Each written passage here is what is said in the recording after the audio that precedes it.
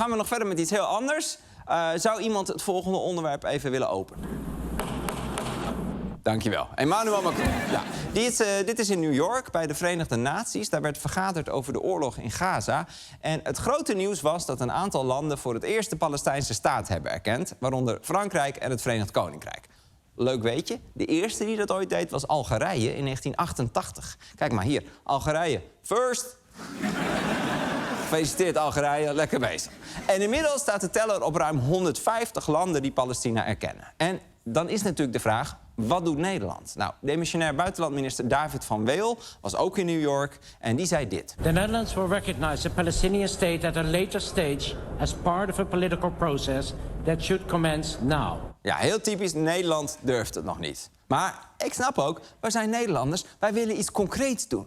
Nou, dan heb ik goed nieuws. Althans, slecht nieuws, maar goed nieuws als je iets concreets wil doen. In Gaza zijn namelijk duizenden ernstig zieke en gewonde kinderen die daar niet geholpen kunnen worden. En de Wereldgezondheidsorganisatie heeft al meerdere keren opgeroepen om die zieke kinderen te behandelen in Europa. Want een deel van die kinderen heeft heel specifieke, complexe zorg nodig. En andere Europese landen doen dat al. Kijk, 42 in Spanje, 84 in Italië, eentje in Luxemburg en 14 in België. België, die kinderen die zitten in een verscheurd land. Alles ligt in puin. 2 bevolkingsgroepen die elkaar niet kunnen luchten of zien. En als ze beter zijn, moeten ze weer terug naar Gaza. En zoals je ziet, nog geen in Nederland. Dus daar ligt een mooie kans om gewonde of doodzieke kinderen te helpen. En we hebben nog plek voor ze. Hè? Hier, Nederlandse ziekenhuizen zeggen, kom maar op. Wij kunnen ze helpen. Hè? Kan binnen enkele dagen. Die zin die hoor je niet vaak in Nederland. Het kan binnen enkele dagen. Meestal is het van, wij helpen ze in een later stadium als onderdeel van een politiek proces dat nu moet beginnen.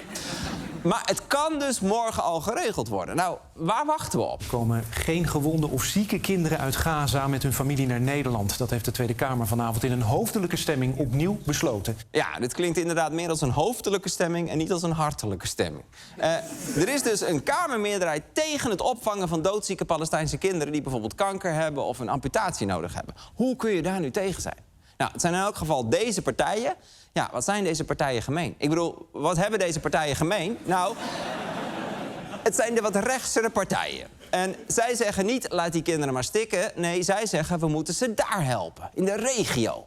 Hè, dat is een vaag begrip. Hebben wij een kaartje van de regio? Even zien. Ja, dit is hem. De regio. Ja. En daar willen ze die kinderen dus naartoe sturen. Wij willen graag werken op een manier die uiteindelijk in de regio tot het beste resultaat leidt. En ook de steun op de juiste plek terechtkomt. Save the Children ontvangt €800.000, waarmee ze 600 Gazaanse kinderen in Egypte hebben kunnen helpen in de loop van het jaar. Ja, het kabinet geeft geld aan lokale hulporganisaties. En volgens Schoof is dat de beste manier om die kinderen te helpen, door in de regio samen te werken met organisaties als Save the Children. Iemand die daar heel anders over denkt is Juliette Verhoeven van Save the Children. Daar zijn toch wel goede ziekenhuizen, Daar denk zijn ik dan? zeer goede ziekenhuizen, maar als je alleen al kijkt naar Egypte, waar meer dan 4000 medische evacuees zijn opgenomen, zij komen ook tot op hun tax als het gaat om het opvangen van deze mensen. Precies, dus in Egypte vangen ze al zoveel kinderen op, het kan er gewoon niet meer bij. Die ziekenhuizen zitten zo vol, die artsen die gaan nu zo door de gangen, zo. Egypte. En tuurlijk is het goed om geld aan lokale hulporganisaties te geven. Maar de kinderen waar het nu om gaat, hebben zulke complexe verwondingen dat ze daar niet geholpen kunnen worden. Daar is niet alleen de apparatuur niet voor aanwezig in Egypte, maar ook de capaciteit niet. Dat vergt bijvoorbeeld een veelheid aan operaties als je, ik weet niet hoeveel bomscherven bijvoorbeeld in je hersenpan hebt zitten. Ja, ik weet ook niet hoeveel bomscherven Joost Vullings in zijn hersenpan heeft zitten. Ik heb het ooit moeten leren bij biologie, maar dat is echt heel lang geleden. Het zijn er veel, dat weet ik nog. Ja, dus wat Schoof zegt, we helpen ze daar. Hè? Dat kan niet altijd. Heeft iemand anders nog een goed argument om geen kinderen hier te helpen? Wij gaan niet honderden kinderen overal kunnen opvangen en hier kunnen helpen. Helaas, daar kan het wel. Nee, het gaat over kinderen die heel specifieke, speciale zorg nodig hebben. En dat kan daar dus niet. En voor Nederland zou het in eerste instantie gaan om 14 kinderen. 14! En later dan vast nog een keer 14 en nog een keer 14, maar dus niet honderden. Oké, de BBB dan. Die is ook tegen het naar Nederland halen van die kinderen. Maar het enige wat Van der Plas over Gaza wil zeggen, was dit. En ik ga er vandaag, kies ik ervoor om er geen Gaza-debat van te maken. Oh, dit is zo handig, toch? Badmeester, ja, ik snap wat u bedoelt, maar ik ga er vandaag geen plas in het zwembad discussie van maken.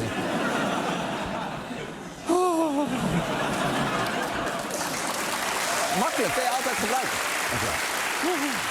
En dan de grootste partij in de Kamer, de PVV. Die hadden ook iets bedacht, namelijk opvang in de regio. Dus kijk eens naar de rijke landen als Saoedi-Arabië of sommige golfstaten, waar ze barsten van de specialisten en de ziekenhuizen. Laat ze daar naartoe gaan. Ik ben er heel erg voor dat die kinderen worden geholpen, maar niet hier. Ja, Wilders zegt laat Saoedi-Arabië iets doen. En op zich is dat geen idiote gedachte, want sommige landen in die regio zitten aan hun tax, maar Saoedi-Arabië doet inderdaad bijna niks.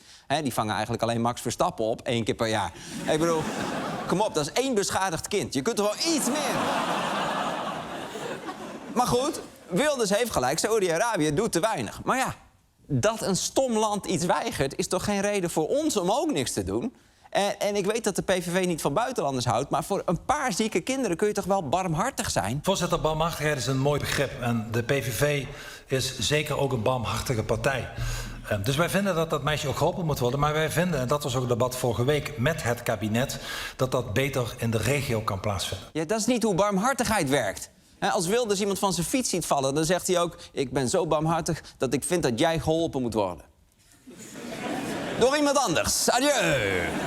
Dus we hebben nu gezien, de zieke kinderweigeraars hebben geen heel goede argumenten. En ze komen eigenlijk niet verder dan niet hier. En ik snap dat ze tegen migratie zijn, want voor je het weet neemt zo'n doodziek kind een paar familieleden mee. En dat willen ze niet. Maar in het buitenland denken rechtse partijen daar toch anders over. In Italië, daar is Giorgia Meloni aan de macht, weet je nog? Die is zo rechts dat de kleindochter van Mussolini uit haar partij is gestapt vanwege de te rechtse koers. En Italië vangt 84 kinderen op. En ook in België, waar de rechtse Bart de Wever aan de macht is, daar vangen ze gewoon zieke kinderen op. Levert dat nog gedoe op daar? Sinds 2024 vangen wij kinderen op met wel eerder zeer complexe aandoeningen, die geen hulp kunnen krijgen in de eigen regio. Daar is gewoon geen discussie over in België. Ja, daar is eigenlijk van links tot rechts, extreem links tot extreem rechts, het eens. Ze hebben daar nog niet eens een taal kunnen kiezen, maar hierover geen enkele discussie. Dus nogmaals, wat zou er in Nederland aan de hand zijn? Want dit zijn mensen die ik gewoon toch wel vrij hoog heb zitten. Qua moreel kompas en visie. Dus ik denk bijna zou er nog iets anders aan de hand zijn. Ik bedoel, een paar zieke kinderen helpen. Waar zijn ze zo bang voor? Bijvoorbeeld is men bang bij BBB en VVD die nog in dit kabinet zitten, dat als zij die kinderen toelaten, dat een open boekje is voor de politieke tegenstanders op rechts om hen daar dan ook de schuld van te geven. En vooral Geert Wilders van de PVV, daar is toch wel echt angst voor. Ja, het is ook gewoon een rottige timing met de verkiezingen voor de deur. Ik bedoel, je kan als beschaafde rechtse partij niet de campagne in met de boodschap dat je het leven hebt gered van 14 doodzieke kinderen. Dat gaat niet. Ik hoor de achterban al denken, kinderen redden? Ho, ho. Straks maken ze een vaccin tegen aids. Of ze regelen wereldvrede. Het is een glijdende schaal, hè? Best wel schrijnend besef trouwens dat in de hoofden van rechtse politici hun kiezer blijkbaar een ontzettende klootzak is. Dus Nederland zou een aantal doodzieke of zwaargewonde kinderen kunnen redden, maar dat doen we niet omdat deze 6 partijen dat niet willen. Zeker met het oog op de verkiezingen. Maar er is hoop, want die meerderheid voor niks doen is superklein. Hier, 75 tegen, 74 voor. Er hoeven er echt maar 1 of 2 van mening te veranderen en we zijn er. En ik zat ook te denken, zijn de verkiezingen wel voor al die Kamerleden relevant?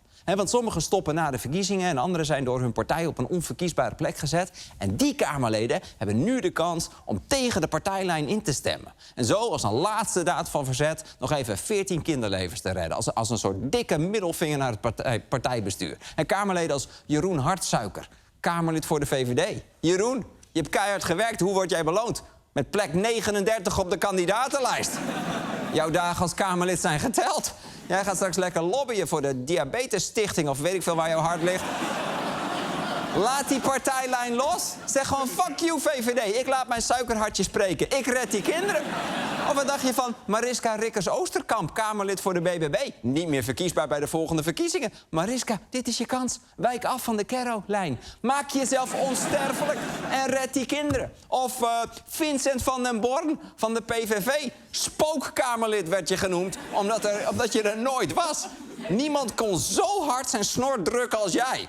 En wat is je loon? Je staat niet op de kandidatenlijst. Dus, Vincent, je zult werk moeten zoeken. En wie denk je dat er eerder een baan vindt? Een lapswans die niets deed als Kamerlid? Of een held die zijn hart volgde en het leven van 14 kinderen heeft gered?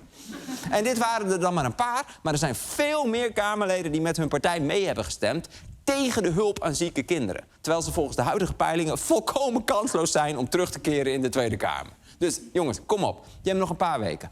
Alles mag. Geniet ervan. Stop scheerschuim in de schoenen van de fractieleider. Ga lekker zonder broek naar Nieuwsuur. Vraag om extra mayo bij de patatbalie. Maakt allemaal niks meer uit. Of, als je echt in een gekke bui bent, red het leven van 14 kinderen door op het juiste moment je handje op te steken. Goed.